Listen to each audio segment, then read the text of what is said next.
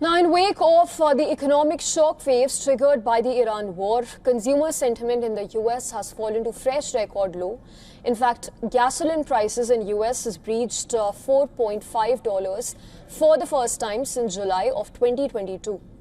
The gas prices at around $4.56 a gallon on average are at their highest levels since July 2022 in a country where affordability was already the watchword when the US and Israel attacked Iran. It was only a matter of time before the pain spread. Fuel costs are a hot topic for US consumer companies. The mention of gas prices on earnings calls have spiked so far in the current quarter. Executives across retail, restaurants and packaged goods are increasingly worried about US shoppers with tighter budgets.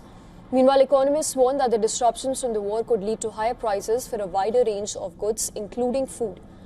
Steve Shishel, the CEO of Kraft Heinz, said that Americans are literally running out of money at the end of the month. We are seeing a negative cash flow in the lower income bracket where they are dipping into savings. America's split-screen economy was reflected in the contradictory data over the past week. New data indicates US employers had added more jobs than expected for a second month in a row. This is despite ongoing threats from inflation and the collateral damage of the Iran war.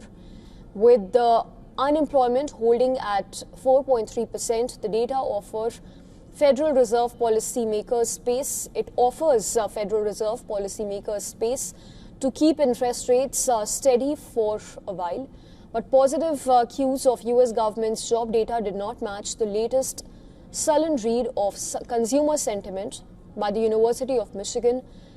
The gauge fell in recent weeks to a record low on growing concerns about the impact of inflation on personal finances and buying conditions.